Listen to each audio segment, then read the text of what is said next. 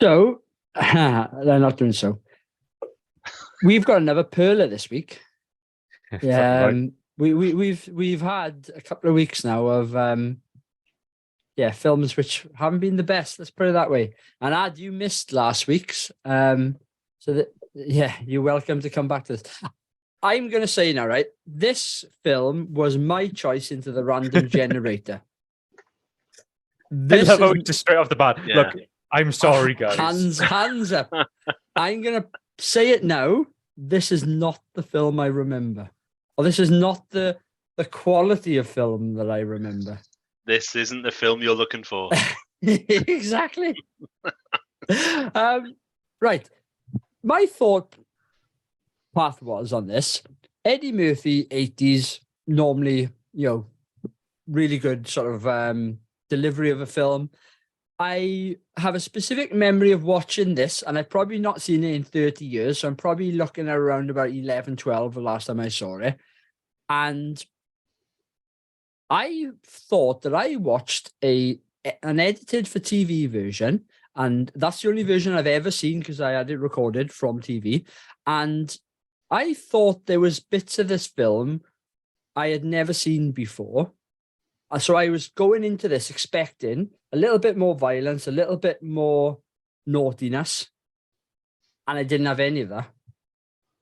And yeah, what a disappointment the film was when I watched it last night. Yeah.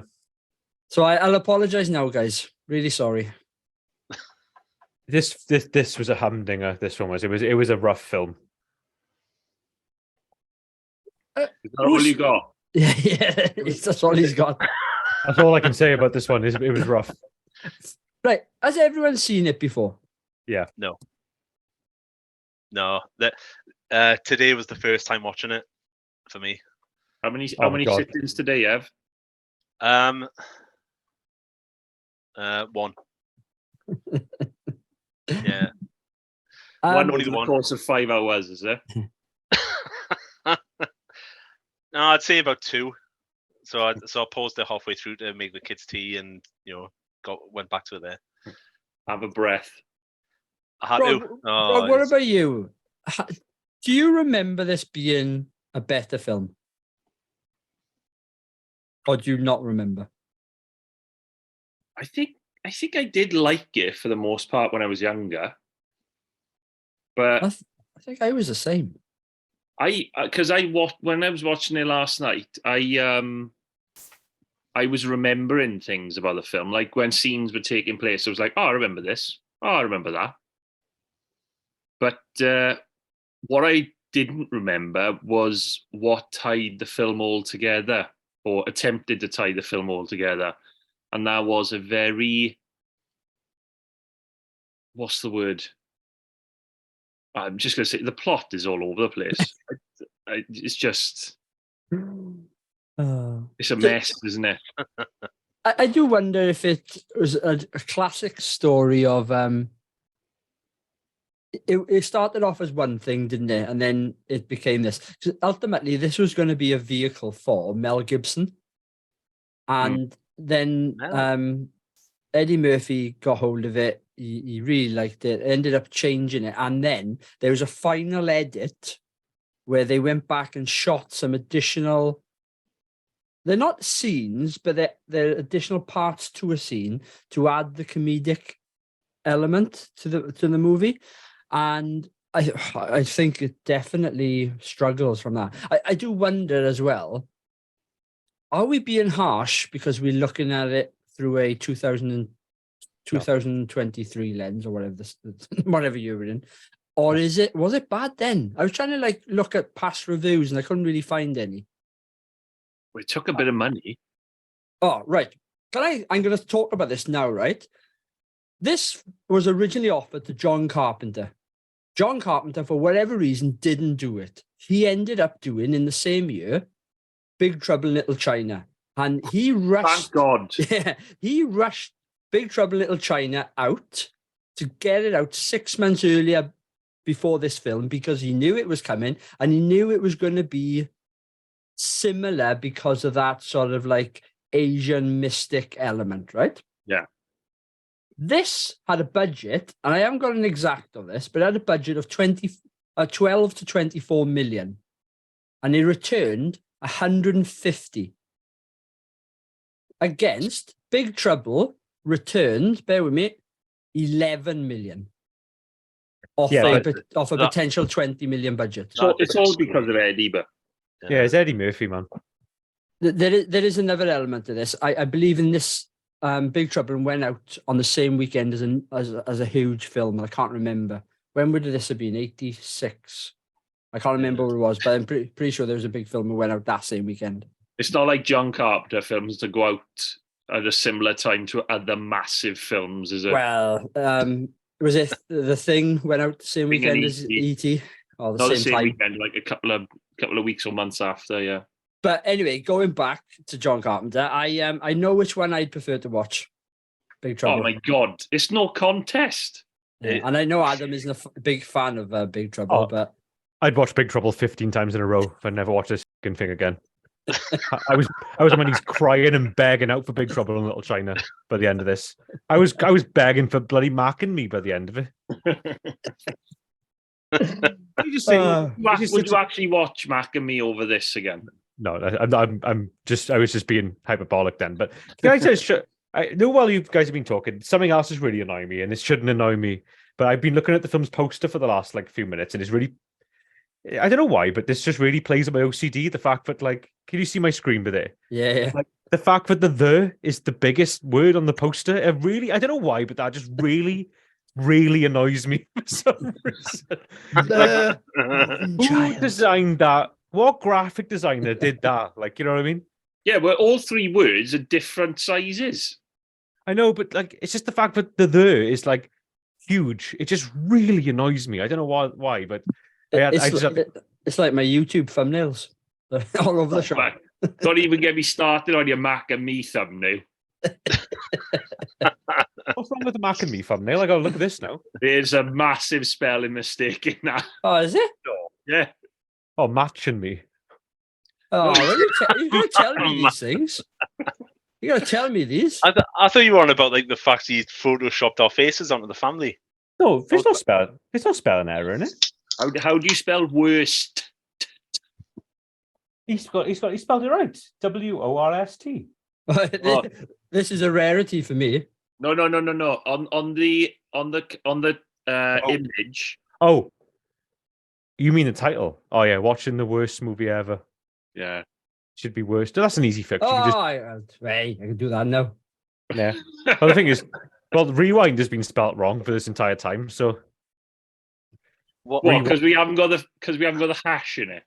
rewind the movies. I know we've been for ages now. So, Rewind the movies. rewind the movies. It just goes to show the level of professionalism that we bring to this podcast. Can Well, we just state for the listeners that Andrew claims to have dyslexia? Well- Never been proven. Movies is or disproven. Or Yeah, disproven. exactly. Movies is spelt with a Y, isn't it?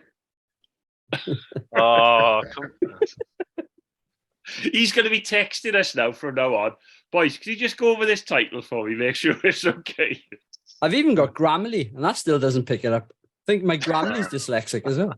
Look, Andrew, don't listen to him, but I'm proud to be part of Rewind the Movies. Right, all the most creative people in the world are dyslexic. I'm sure.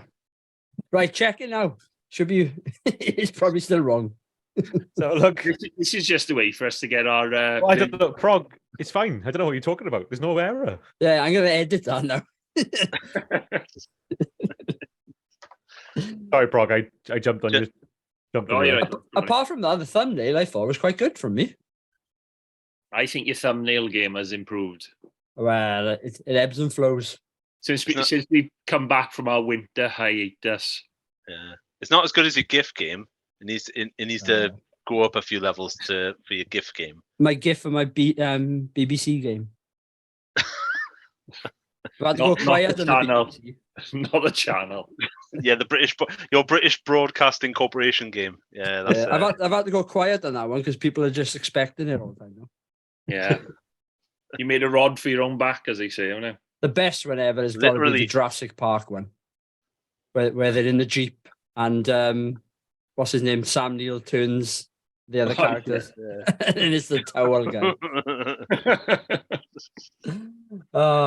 Right, yeah, Golden Child.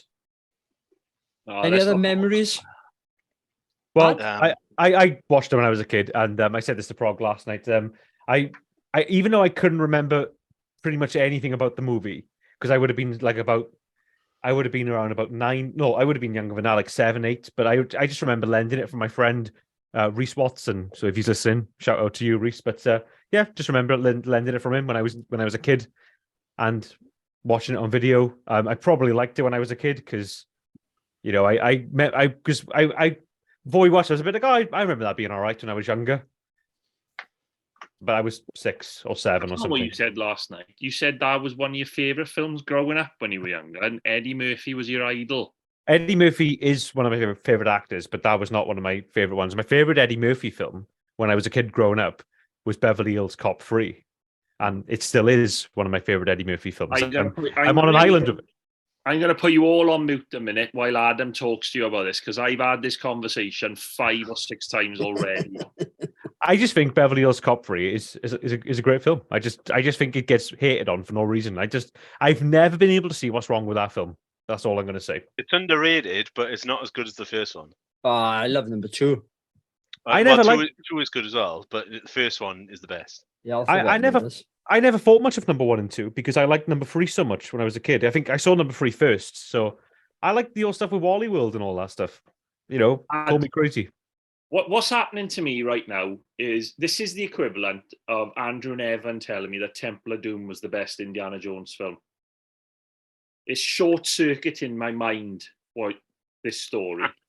In our defense, I don't know if we ever said it was the best, but it was the one that probably means the most to us. No. I know for a fact, Evan. No, I did. I did. I put Temple of Doom and then Last Crusade, then Raiders of the Lost Ark. Temple of Doom is the best one. Oh, I can't. Can we move on? Temple of Doom is the only one I ever mildly enjoyed as a kid. I can't remember Temple of Doom. I have no idea. Yeah, but you like Golden Child as a kid. Yeah, but like we all like bad stuff as kids. And also I just kind of remember being like, yeah, it was all right. I was 6. Yeah, it's a funny, like, I always thought it was a better film. Which And one? then we watched it last night and it was shocking. I used to work with a guy who loved this film. He went on about it a lot, and I'm sorry, You sacked him. no. I can't. It's not as bad as Mac and Me. It didn't make us physically sick, but it was bad. Like. Yeah, but the thing with Mac and Me, right? Although it was terrible, at least that was funny bad. This was just boring bad. Do you know what I mean? So at least Not with, even... like, Oh, go on. Sorry, go on. but I'm just saying, with a film as bad, like when we watch Bingo or Mac and Me or something like that. I mean, there's stuff in it that's so stupid and beyond comprehension. You can kind of laugh at it and be like, "Oh, this is weird," and it's fascinating on that level. But this was just awful, and like it's like below booby film. It's like the next layer of hell underneath booby film, and it's boring bad. If that makes sense. Well, below booby film is fanny film, isn't it? Yeah, this is a fanny film. That's what Golden Child is on the Rewind the Movies language. A fanny film. Not even the double act of Egg Chen and Lo Pan could save this film. I know. Whoa. If we're going to go into this now, Ev, right? Yeah. It's they're not the only Big Trouble in Little China characters I know. From this film. Yeah. Orm is in there as well, isn't he? Yeah, Rain. He plays Is it Rain, Rain? doesn't he? Yeah. Oh, Rain. Sorry, Rain. Yeah. That's him. Which he doesn't look right with short hair. He don't look Gotta like have without the thing on top of his head. Yeah. The lampshade. There's another guy in this film. I don't know if you ever probably spotted him already, but he's from Return to Oz. Oh, is There's he a one guy- of the wheelers? He's the one that looks a bit like a monkey, Yeah. but he's a wheeler. Yeah, it's I don't know the actor's name. You might have got a list up in front of you. There was one of the coppers at the start. The copper who was talking Eddie Murphy through the The through black the dude. murder scene. Yeah. Yeah, he's in He's seen it. Shaft. I've never seen that. I know him from the original Shaft. I haven't done him from anything else. Yeah, I recognise him from a few But things. do you know that in Return to Oz, the guy who's the head wheeler and he's also works in the hospital. Hmm. I've just found him now. He's Pons Ma, I think his name is. But he's the Right. guy who was like, had a bit of like a monkey jowls about him. Oh, okay. We convinced Liz last night that guy actually looked that way. She still believes that. Yeah. We never told her we were joking about that. Paul is. I have actually got a couple of good elements. If you did want to talk about them, Our Yeah, favourite yeah. aspects, yeah. Go on, huh? so I loved the score. Score is amazing. They were 80s. The bass line was killing me. Really good. And I also like the character that Charlotte Lewis plays. I can't remember what the character's name is. She Nang. is Nang. Because I like the idea that she was like this quiet but almost like a sort of silent assassin type and very unassuming. I quite like that aspect. But the best thing in this is Charles Dance in it. Oh yeah. Yeah. Apart from when he turns into a demon. Yeah, but the bad thing about that is that it's not Charles Dance anymore. He's out of the film. Usually I would just jump in and say Eddie Murphy, but I just thought Eddie Murphy was phoning it in this. And I love Eddie Murphy, but I just had that whiff that he just couldn't be asked for it. And maybe that's because you said there was loads of reshoots. So maybe like all the comedy bits they wheeled him in for. He was just a bit like, I'm fudging sick of this project now and stuff. And he was just like, you just had that sense where he was just tired all the way through the film and like, you know what I mean? It just wasn't working. It's funny, right? As I was writing this, I started to put Eddie Murphy down. And then I took his name out of the favourite aspect. And it's funny, like, I was just thinking, have I just done that as an automatic, started putting his name in because it's an Eddie Murphy film and you expect him to be good in it? There's certain actors or actresses that you would just assume that because they're in them, they're going to be a good part of the film. But Can I just ask you guys a question? What would you say, just for like a little side part of this, what is your favourite Eddie Murphy? Mine isn't Beverly Hills Cop 3, by the way, but what is your guys' favourite Eddie Murphy film? Mine possibly, right. Trading Places and Coming to America are very good films. The problem is I didn't grow up necessarily watching them, so they're not my favorite film. I think it probably is Beverly Hills Cop 2 for me, or 48 Hours. Yeah, believe it. Or 48 Hours. I think his best film is Coming to America, but my favorite film, the one I would rewatch, is probably more than any other, is probably Trading Places. But I will say now, I got a soft spot. I'm going to put one out to you, and I don't know if any of you have watched this. I got a soft spot for Holy Man. G. Yeah, I like that film. And also special mention, he's Belton in Dreamgirls. I've never seen it. Oh, it's amazing. Yeah, I tell you one I do want to rewatch with him in, because I only watched it once, is Distinguished Gentleman. No, Boomerang. That's the one. Oh yes, yeah. Boomerang's supposed to be a really good film, and from what I remember it being quite good as well. He had a funny 90s, didn't he? From about 94 onwards. Beverly Hills Cop 3. Yeah, So he started going downhill from there, didn't he? That was whoa, let me finish, because that was his 8 box, wasn't it, Ad?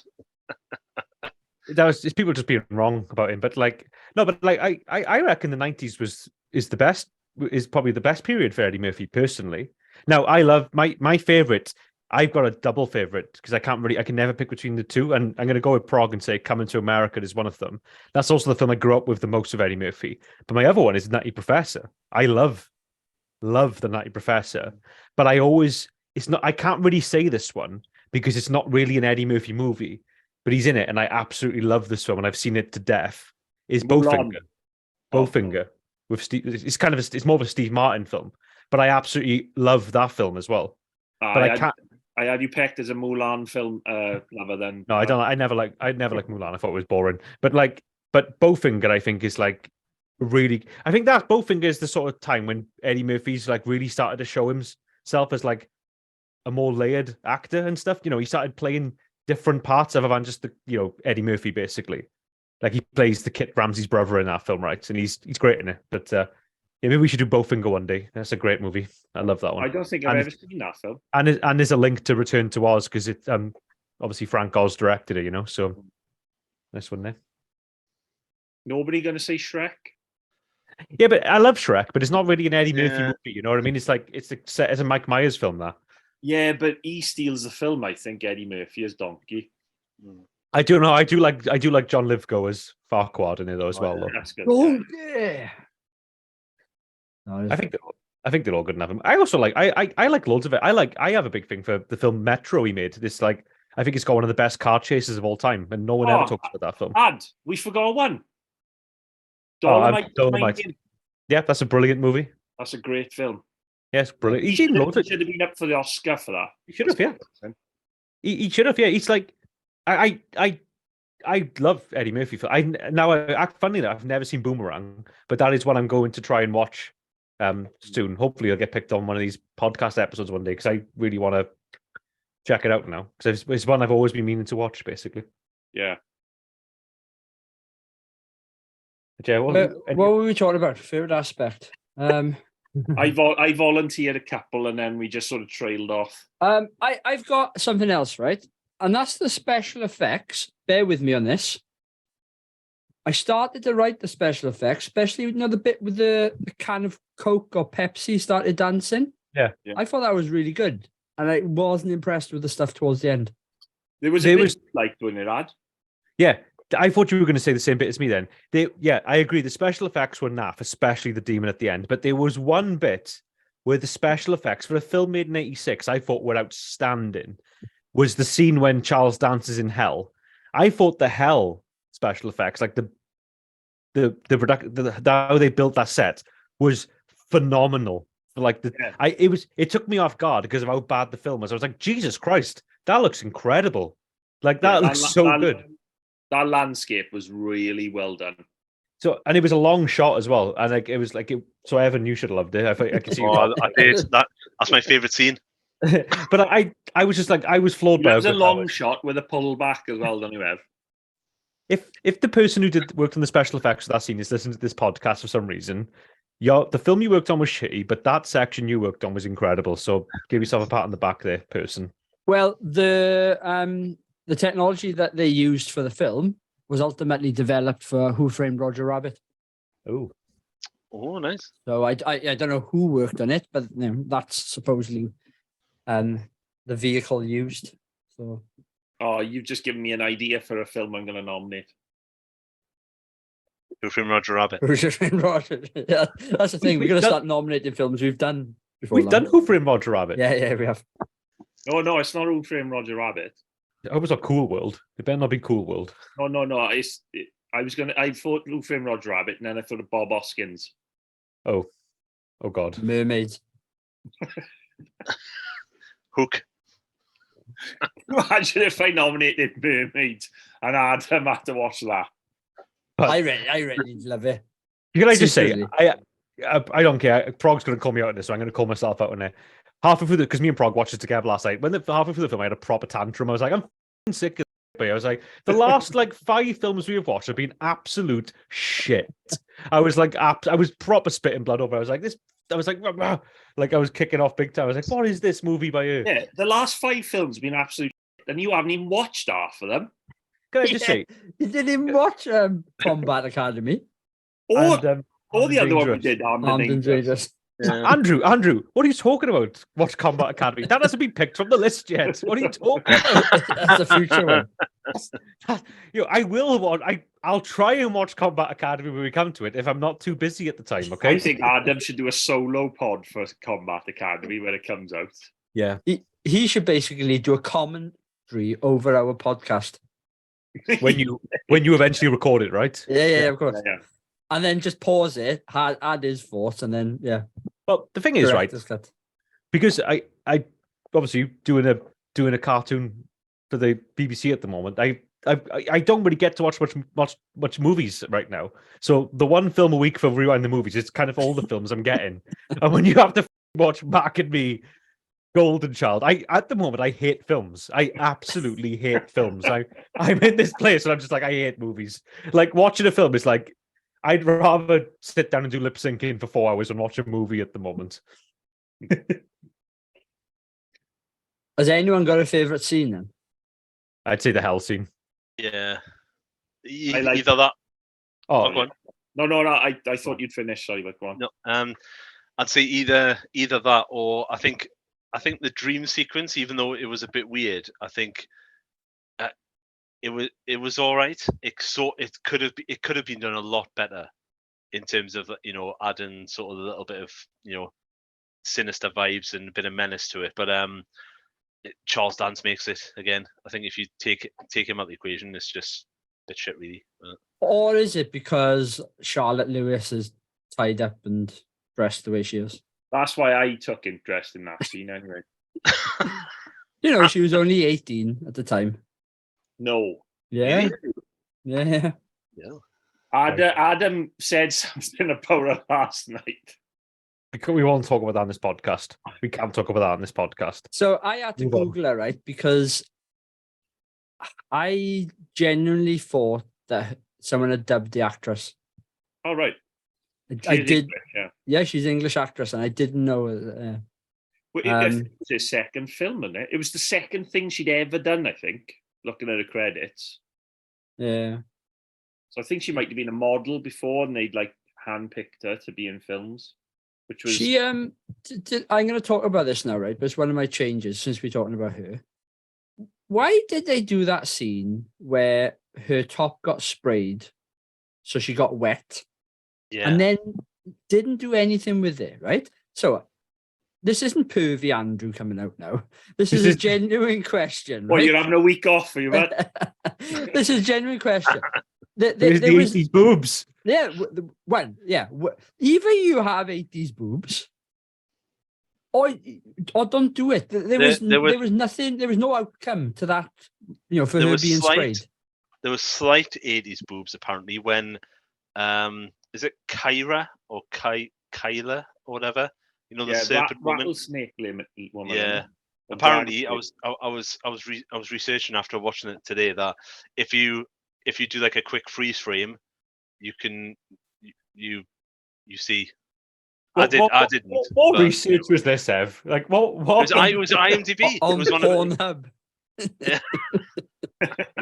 I can only Get on imagine is you at home, like with one of those microfilm computers, like winding the dials, like trying to get to like that exact frame in the movie. No, I got Andrew's freeze frame video recorder that he used to have. I just go right. Yeah, but I don't know why that bit was in there. There was no reason for it, No, unless there was like a bit edited out because it wasn't needed. That's There one of my was- changes. Yeah. I have a good favorite scene I want to chuck up though is I think Prague is going to probably say the same thing. Is the only bit in this film I enjoyed was the bit with the talk show host at the beginning. That was quite I good. thought that was funny. It's the only laugh it got out of me and Prague as well.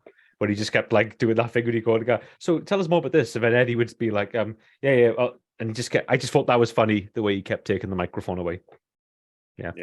I did laugh at or chuckle at the I should be purged scene. So Eddie's just come back from Tibet. He's gone through security. Charles Dance is on the other side with the coppers. And he turns into it's typical sort of Eddie Murphy tries to take over a scene by doing a voice, doing a typical type of character. So I enjoyed that element. As you can see, I'm struggling a little bit for a favorite scene.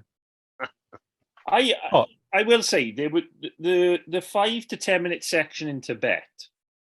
I quite like that section. Don't get me started on why he has to get the knife. It makes no sense whatsoever. But him going to Tibet and having that to do with what is his name? Sorry, Walter Wong or Victor Wong. Is that his name? That's his Victor name in Wong. real life. Yeah. Victor Wong, yeah. having that to do with Victor Wong, and then he's calling out as they're paddling across a river when there's mist all over the river, and he's still shouting at the top of his voice, "I'm gonna bust your ass!" I did laugh at that. I quite liked all that section, and I liked when they got to the temple and he does it. This is what I remember Golden Child for, and I will always remember Golden Child for. I want the knife. I'll always remember it for that. The bit where he puts the knife in that guy's pocket as they go through security as well isn't too bad.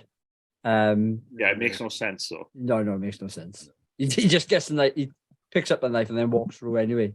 He claims to be a police officer or like an agent, and then he lets the guy run away. Yeah. And he's only getting onto a plane anyway. Yeah, then he's going to be on. And then, yeah, that bit was weird, but I know what you mean. Like, but I did laugh at the bit when he's on the boat and he's like, "With my $100." I thought I did laugh. I did laugh at that. I thought that was some good Eddie Murphy. That was ad libbing. God, I tell you another funny thing about this film. This is a bit. Is this going up in your ratings, Ad? No, but I tell you another funny thing. No, this is not a good thing about the film. This is a good thing about what me and Prog discovered last night. One of our listeners, who is a friend of ours, always tells a story about seeing a leprechaun when they were a kid, and like literally shot for shot, how they describe this story of them seeing a leprechaun was in this movie, and we realized last night that's where they pinched it from. I thought that was quite funny, but that's so personal to me and Prog and our friend who has a fringe listening. But yeah, that was the other thing I thought was quite interesting. Yeah, that leprechaun story that they keep talking about happened to them. It was a reimagining of the Golden Child. Oh. There was something else I was going to say then. Forgotten what. You're going to say any other favorite scenes? Now. Yeah, We give that's up. it. There was something related to that. Any other favorite scenes? No. Ev, any more? Come on, then, changes. If no one's got any, you start, Ev. What have you got? Oh, go on. I got loads here.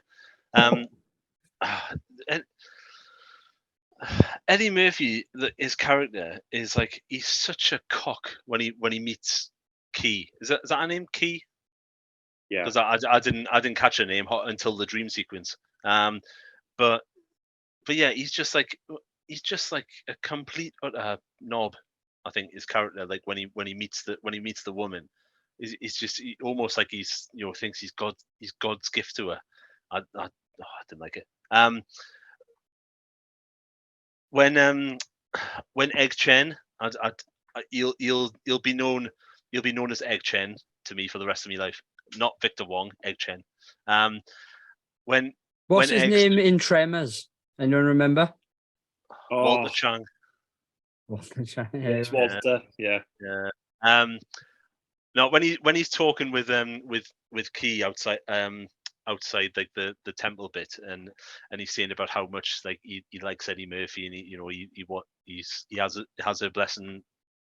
She has his blessing to marry. He mentions a thing about like magnificent Americans, and it's almost like Donald Trump-esque. It's like those magnificent Americans, they don't have their potential, or they don't know how much potential they've got. I was like, you're making America great again there.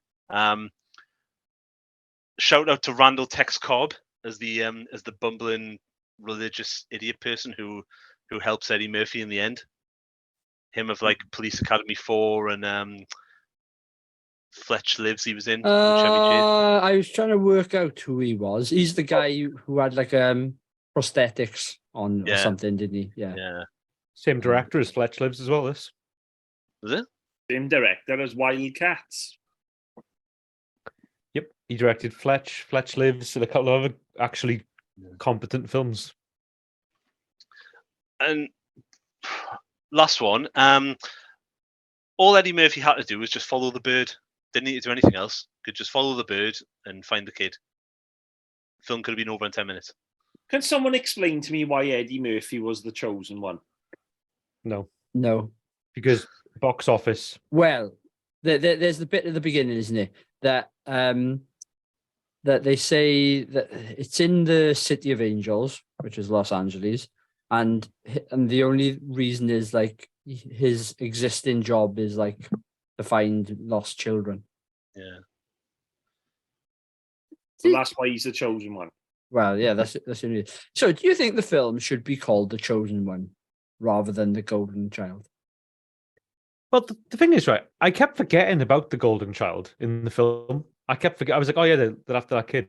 I kept forgetting about that kid all the time.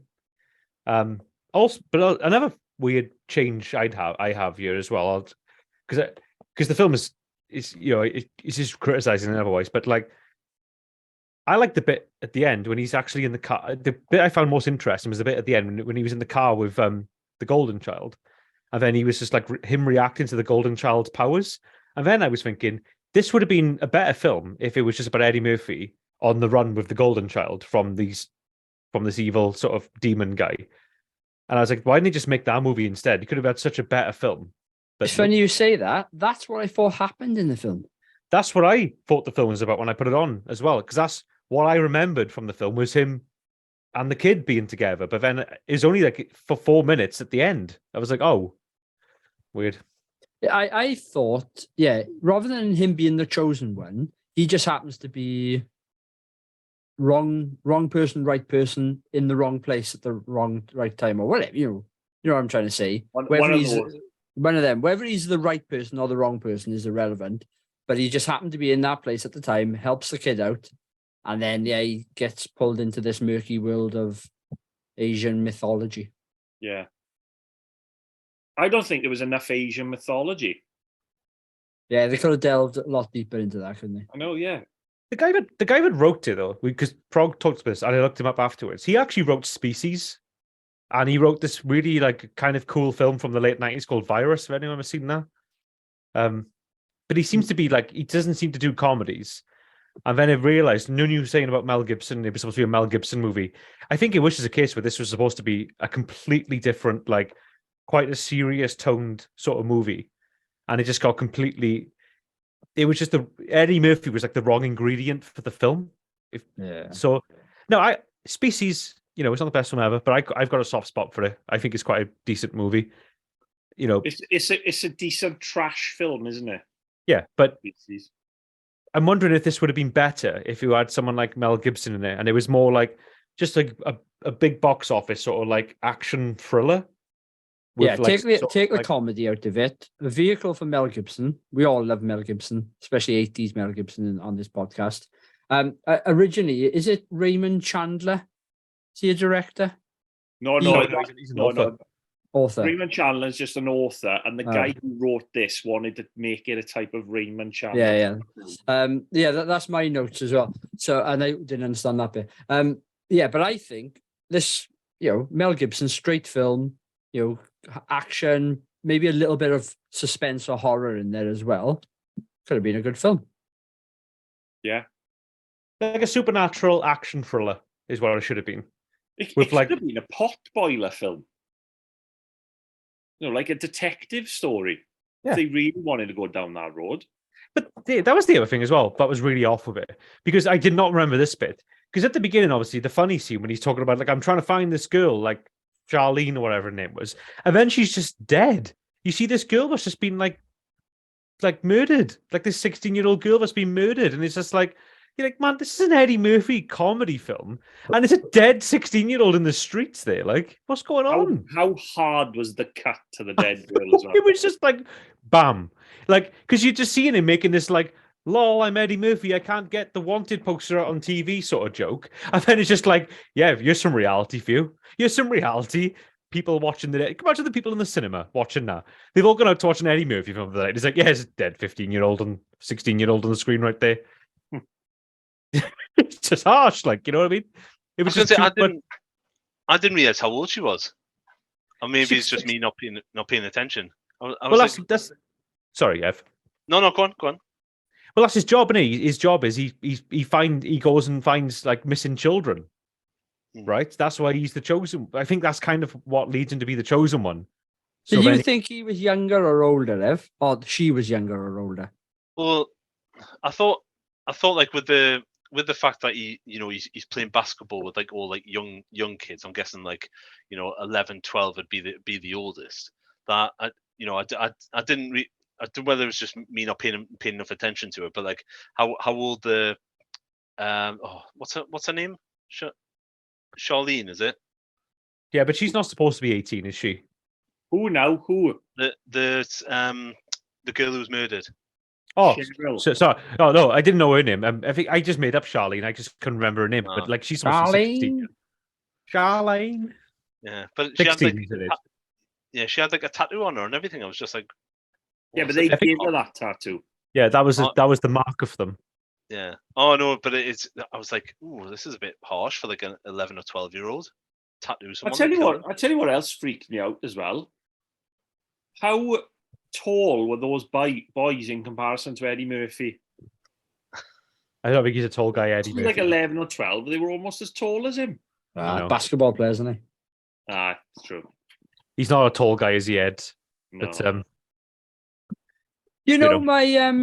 my query earlier about Charlotte, whatever her name is, Charlotte Lewis, her wet shirt. back scene. to the 80s boobs. Go on. Yeah. On a similar note, why didn't she put any trousers on when she left the house with Eddie Murphy? Then when he said, "We got to go now," and then I know the reason is so she could then have a fight scene in just a pair of white knickers and a blouse. But again, it's just little things like that. They had plenty of time. It's not like the house was about to blow up. No shoes either. No I'm shoes. gonna blow Adam's mind there. I'm just looking at Eddie Murphy's filmography. You know, there's a new Beverly Hills Cop film that's in post production. Axel Foley. Yeah, did you know that? Haven't you seen the pictures of Rosewood and whatever their name is? Target, yeah. And them two look, quite old, to be honest. Well, as you would 30 years later. Look, the thing is, I can't get excited about that because Coming to America, as in Coming to the second one, is awful. Like, beyond awful. Not the first one, the sequel now. The one that came out a couple of years ago. Have you seen the sequel to Coming to America? It's atrociously bad. It's bad, like yeah, and like you can't, unwatchably bad as well. Like that's a fanny film. That is a fanny film times 10. That one is. So with the new Beverly Hills Cop film, I'm just hoping it's not like that. Basically, where they just kind of phone it in. Last change. Kevin Bacon in it, though. Last change from me, guys.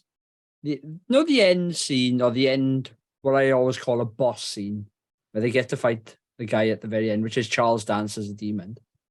It's a bit shit. Doesn't go on, there's a bit of a chase, I know, but they kill him like really quickly and easily. Yeah. Awfully filmed and edited and just lazy. That the execution's atrocious for that. I wonder whether they had the technical expertise at that time to pull off the scene as they wanted, so that's why it looks the way it does. Well, thing is, 1986. In that year. By 1986, you'd had films like The Thing, Alien. Now, hear me out here. You've had like really good monster movies out, right? Yeah. You could do it. It just needs better filmmaking to do it. Basically, like you have films like Evil Dead and stuff. So like the whole thing about an evil demon chasing someone down, like you get in like Evil Dead 2, can be achieved, but it just needs less lazy filmmaking for it to work and better editing. And that film was just like, well, and also they tried to do, let's call it CGI. It's not CGI in the sense as we know it now, but if they'd done more practical, I think they probably would have turned out better. It's a superimposed stop motion model, isn't it? That's what they've gone with, and it just looks terrible. Like something like you get in Jason and the Argonauts, but it just looked terrible. Oh wait, steady on there. Jason and the Argonauts is awesome. Yeah, I love Jason and the Argonauts, but Jason and the Argonauts, this is not. Jason and the Argonauts was 1963. This film is like 1986, and at a time where like movies are kind of special effects had got even further, and also this looks way worse than Jason and the Argonauts as well. Jason and the Argonauts has a nice charm to it. Yeah, but if you think about it, like the Big Trouble in Little China was released, just before this, and if you compare the two, even like to the supposed CGI, like the light coming out of Lopan's mouth and the green, the green flames and all that lot, it's chalk and cheese compared to this film. I was honestly watching this thinking someone's just trying to rip Big Trouble in Little China off. Yeah, it's just poor man's Big Trouble. Like obviously with the cast and everything, plus the fact that one of the henchmen who's fighting with the guy who plays Rain, he's got the exact same weapons as one of the other Storms have. Yeah, Big yeah. Trouble. I saw that. Yeah, it just seems like a complete rip-off. Indeed, Ev. Indeed. Indeed. Well, the thing is, right? I did anything to go back to last night and watch Big Trouble instead of this. But the one thing, even though I'm not a fan of Big Trouble in Little China, the one thing, the reason that is so much more successful is because John Carpenter cares so much about, well, he used to care so much about special effects in his films. That was something he always he didn't make them himself, but he always really he always worked very closely with people like Barton and stuff he was very passionate about them. And I think, and that's why, because he's a better filmmaker than Michael Ritchie, who directed this. So it goes. Let's think about wrapping this up, right? I've got a couple of things I would just want to mention before we go to the final question. I think it's a common knowledge or common known thing that the Golden Child is a boy, but is actually played by a female, a 6-year-old girl. So most people know that. This often comes up in trivia. And then the other thing, what's that? I don't get why they just didn't make it a girl instead. It isn't. Hang on a minute. They don't specify if it's they do it. They do in the film. They say it's a boy. Yeah. Yeah, they do say it's a boy because they dress her up as a boy at the end in basketball hoops, and it just looks like a little girl. If you notice, when the film ends, the first name that comes up is her name, and she's something like JL, and I can't remember her surname. Yeah. And they purposely give her initials to hide her gender. And again, I don't know why. Could have been a girl, but then maybe that's me with my 2000s head on and not my 1980s head on. No, but the film, there was no plot purpose for it to be a boy. It could have just been, and it's not called The Golden Boy. Yeah, exactly. The film, they don't gender the kid in the title, so just call it just about a girl. I just don't. Anyway, doesn't matter. So who's the guy who did the Bond score? John Barry. John Barry. John Barry originally wrote the score for this movie. But on, I think, audience testing, maybe, or some other testing, they decided to cut his score out and they used someone else's. This was very last minute. So sorry, I should have mentioned that earlier, but I only just found it in my notes. But anyway, it was one of our good points. So maybe it's good to end on a positive. So final question. We always ask, would you recommend? No. Ad first. No. No. Prague? That was a no in case it didn't come out from Prague. Well, He was that disgusted he didn't speak. Yeah. For the people for the people listening, he said he just did he sort of had a look of tears in his eyes and just said no. Yes. So I would recommend. Oh my god! No, I wouldn't. I wouldn't. Prog said last night. He's like, I can't wait to see how Andrew tries to give this a recommend. He's just too positive. I did laugh. I did laugh on the Armed and Dangerous one last week, where I think you were all hating the film, and you said something, and Prog was just like, "Oh, there's you building your case to say yes to recommending it right now." No, you can't. You can't. Right? Do we want to do next week's film? Ad? Yes. Let's do it. Right. Random factor, like a tractor. So, are we doing? Because we did talk about only having one film each, or are we doing 2 films each? Nah, 2 films each month. So that's the you can't change the rules halfway through like that. So what we got? We got Page Master, and we filmed the one film. Yeah, True True Romance. As the other. There is another one. I can't remember what it is, but never mind. What's the and then the Combat booby film? Academy. The booby film is Combat Academy, isn't it? Which none of us which has watched. we haven't seen yet. I'm really looking We haven't- forward to watching. We it. haven't watched. Yeah, we haven't watched that one yet. It's not like we're keeping when that one gets picked. It's not like it's going to be a week off for us. Keep your powder dry, boys. Yeah. Yeah. So just quickly for the listeners, pick 2 films. Everyone picks 2 films each. We've got 2 films from the listeners and a booby film, which is Combat Academy. A booby film is something so bad, but we have to watch it. Sort of like a little. And it's like it's like you know, it's been fun, I guess. But we've had booby films for the last like 2 months now. Yeah. So let's go through everyone's film choices. So I'll go from Prog first. I'm sticking with Spirited Away. All right. And I'm gonna put Social Network. Ooh, it's quite a modern one for us. It is, yeah. Evan, let me guess which one. Go on. I'm going to stick with the paper. That's bad. Stick with it, but Yeah. stick with it. Yeah, I'm going to stick with it. But this one I'm going to throw a bit of a curveball here. Dick Tracy. Oh, Haven't we done Dick Tracy?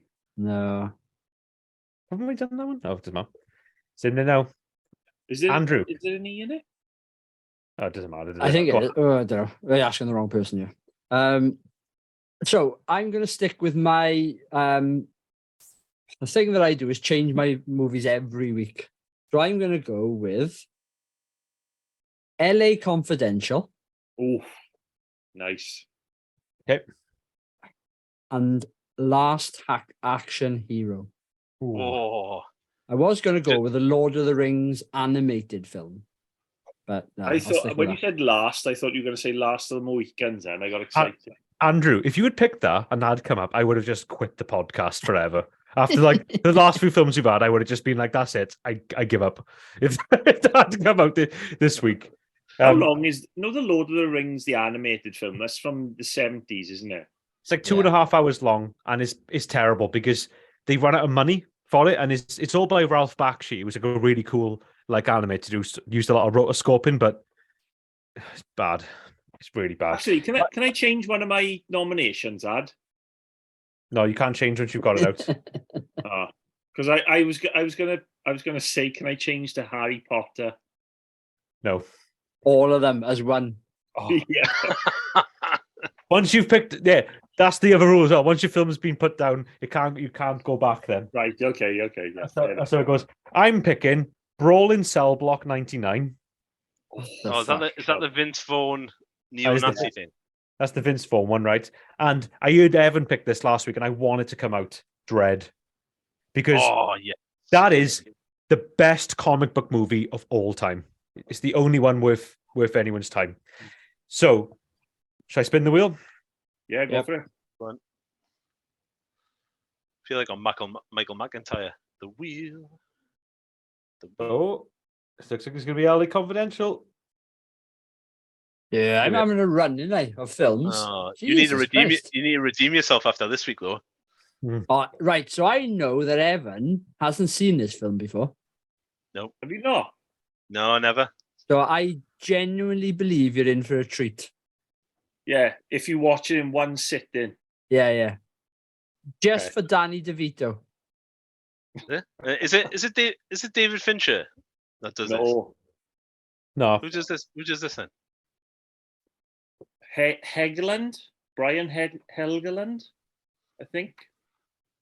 Can't remember now. This won a couple of Oscars as well. well, it's got a cast. Let's put it that way. Oh, yeah, you're going to love the cast there, Ed. Oh, Curtis right. Hanson. Yeah, director was Curtis Hanson. Brian Helgeland was the writer. Oh, hey, Eric Lasso. No, was that his name? No. Wow, what was his name? Ooh, The young Lassard in Police Academy 5. He's in this. I'm just having a look. was his What's- name? I'm gonna have to go on IMDb now. I just bought it on Nick. Blu-ray. Plays It's on the Nick. way. Is it Nick. Nick in Police Academy 5? Yes, Nick. Yeah. yeah. Matt McCoy. I Yeah. can't believe I just remembered that name. Oh, you pulled that out. I know. Right, it better be good. I just bought it on. I haven't seen it since I was a teenager, so I can't remember much about it. I actually didn't think much of it when I was younger, but I can't remember it at all. But I just bought it on Blu-ray, so we'll find out what I think of it next week. I think it's a good film. I haven't seen it for a couple of years, but yeah, maybe like 10 years, but I think it's a good one. I watched it when I was a teenager, but like I just wasn't like I just don't think I was the right like age for it because I thought it was boring. But like I watch it now as a 34-year-old. I'm not a big massive fan of Alec Baldwin, I'm not gonna lie. But I just bought it on Blu-ray, so it's on the way to the It is Alec Baldwin, isn't it? Alec Baldwin, he didn't. No, Russell Crowe, Guy Pearce. thought Kim that- I thought it was Basinger, Kevin Kevin Spacey. Spacey. For some reason, I thought it was I thought Alec Baldwin was the main star of this one, but No. there we go. It's got some promise now. Because I can't get on. James, that'll do Pig Cromwell. It's got a cast. Right, Cool. on that note, that'll do Pig. Podcasts come out every week. I'm not specifying a day anymore. If you want us to do a certain film in the future, hit us up on social media or send us a comment on our YouTube channel. Cheers all.